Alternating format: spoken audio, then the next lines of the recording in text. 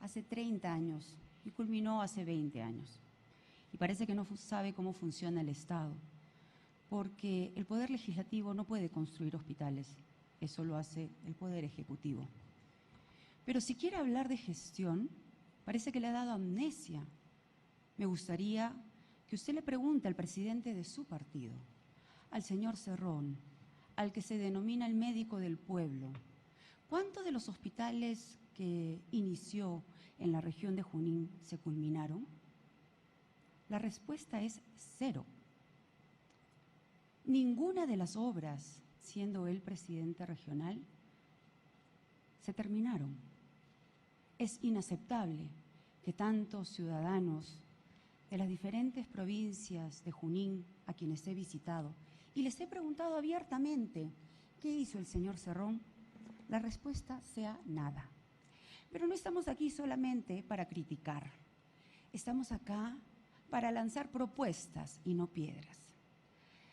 A nosotros nos preocupa mucho la atención primaria, porque esta se cerró. Pero hay que tenerle miedo realmente a un gobierno suyo en los temas de salud, ¿no? Que no haya hecho ningún tipo de mea culpa de cómo alguien dentro de su equipo técnico, este doctor Saliba, ha boicoteado una de las pocas cosas en las cuales los peruanos nos podíamos unir, que era el plan de vacunación. Es francamente increíble, ¿no? Y que venga además a hacerse la novata en política, porque ha dicho que los 30 últimos años los gobiernos no han hecho nada por el sistema de salud. Perdóneme, esta señora no solamente ha sido la jefa de una bancada absolutamente mayoritaria en el Congreso anterior, sino que ha sido ella misma congresista. Y parece que dice que el señor Castillo no sabe cómo funciona el Estado. Pero Médicas, carreteras, camas UCIs hubiésemos podido hacer. Este es un flagelo que data desde muchos años en nuestra historia. Sin duda también atacó al gobierno de mi padre, atacó a los gobiernos anteriores a él y atacó a los gobiernos sucesivos. Hay varios expresidentes procesados por eso. Y justamente por eso no me puedo permitir fallarles en esta lucha. Vamos a hacer y tomar una serie de iniciativas para enfrentar y prevenir este flagelo. En primer lugar, fortaleceremos la Contraloría, el ente encargado de luchar y de prevenir. Se le aumentará su presupuesto, pero también se le tiene que dar capacidad sancionadora y control concurrente.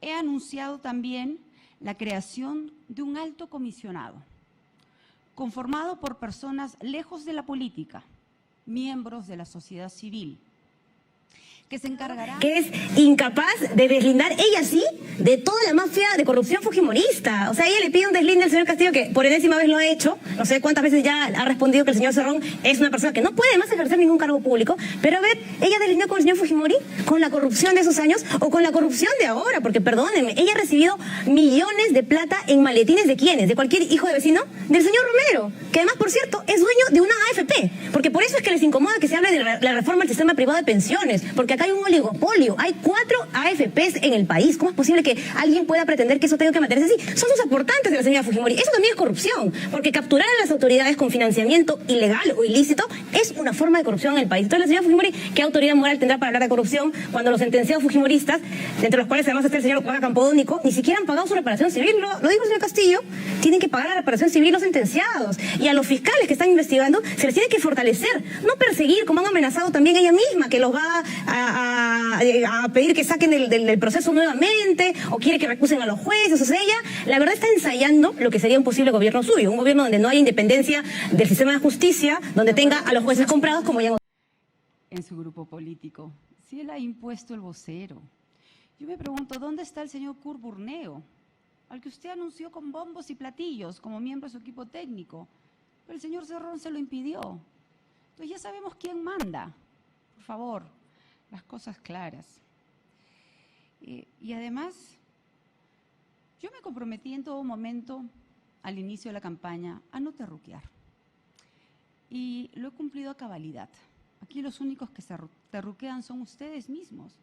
Cuando salen informes periodísticos claramente, donde hay más de 240 miembros del Movadef en miembros de Perú Libre, participando activamente en su partido.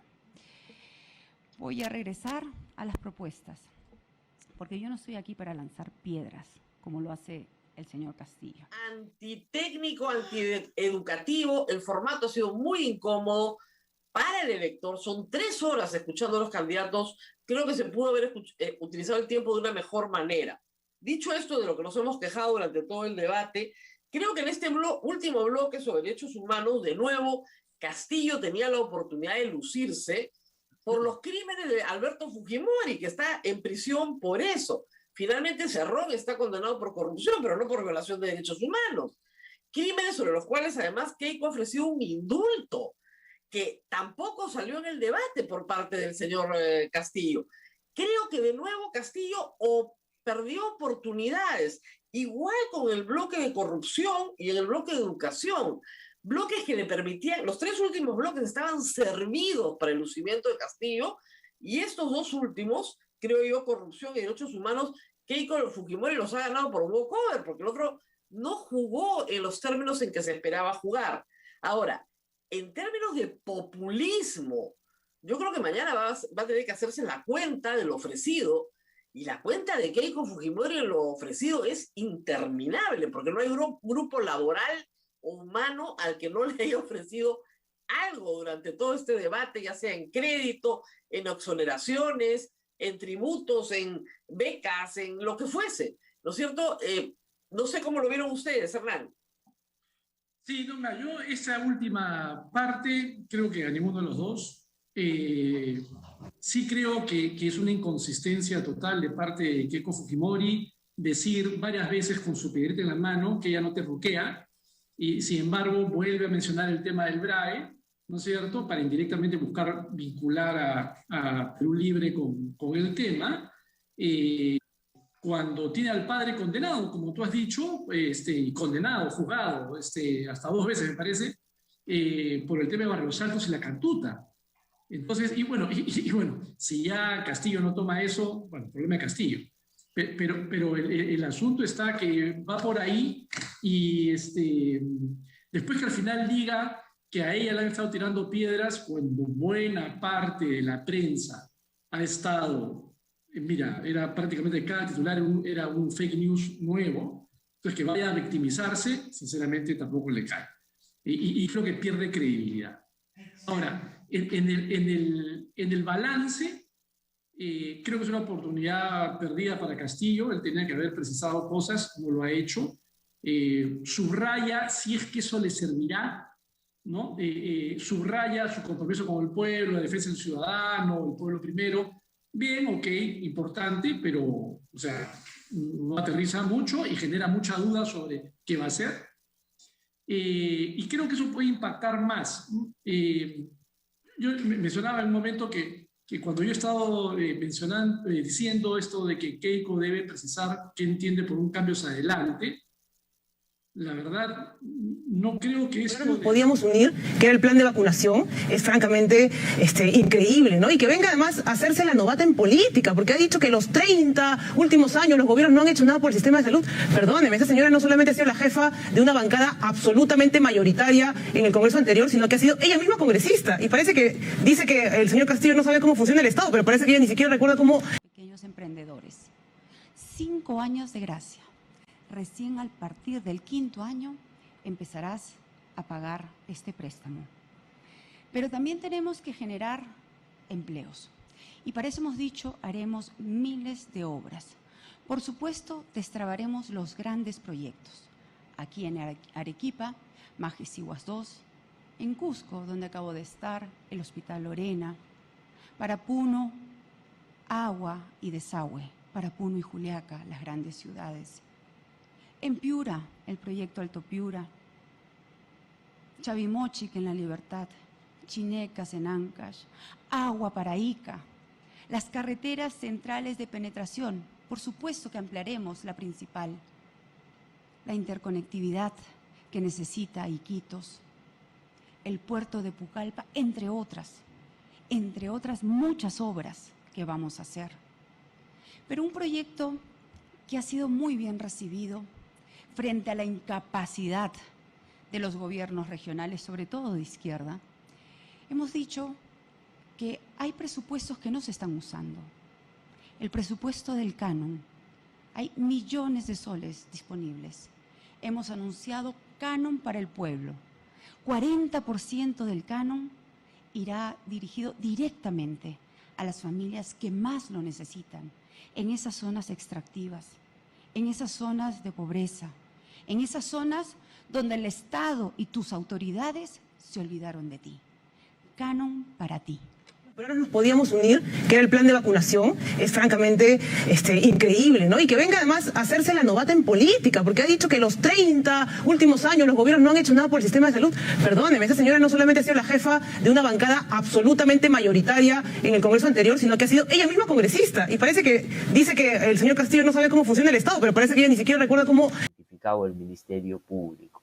Es verdad que al frente tuvo al señor Castillo, que no pudo decirle todas las verdades, o no quiso decirle todas las verdades que había que, en un escenario de esa naturaleza, enlistar para notificar al país que estamos frente a una organización criminal que quiere llegar al poder. El señor Castillo no se convirtió en el defensor de esa ciudadanía que lo que esperaba él notificar a Keiko Fujimori, que hay millones de personas decentes en este país que no quieren sentir y pasar por la vergüenza de que alguien que está acusada por graves delitos y que se ha pedido por ella 30 años de prisión y por sus compinches, igual puede terminar llegando a Palacio de Gobierno, ya sabemos, para hacer lo único que aprendió de la década de su padre en el poder y después ha alimentado y ha engordado de una manera animosa. Van a terminar rompiendo la institucionalidad, violando los principios de independencia del sistema de administración de justicia y, por supuesto, persiguiendo a todos aquellos que se pusieron en el camino para gritarle que no íbamos a permitir que otra vez se instalara en nuestro país un gobierno autoritario. Pero el cinismo es tan natural en el fujimorismo que la señora Keiko Fujimori ayer fue a hacer un show.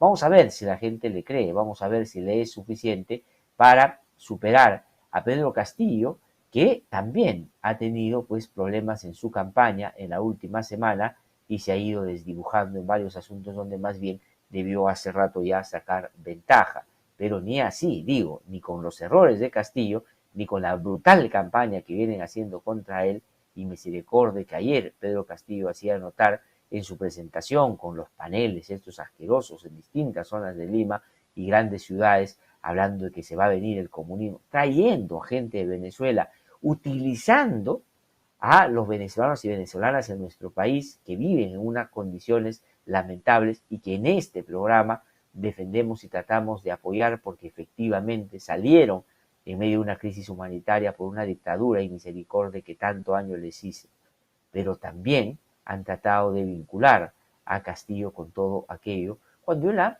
por supuesto, tratado de desvirtuar, pero los medios de comunicación evidentemente no les importa poner esa versión, sino más bien seguirlo descalificando.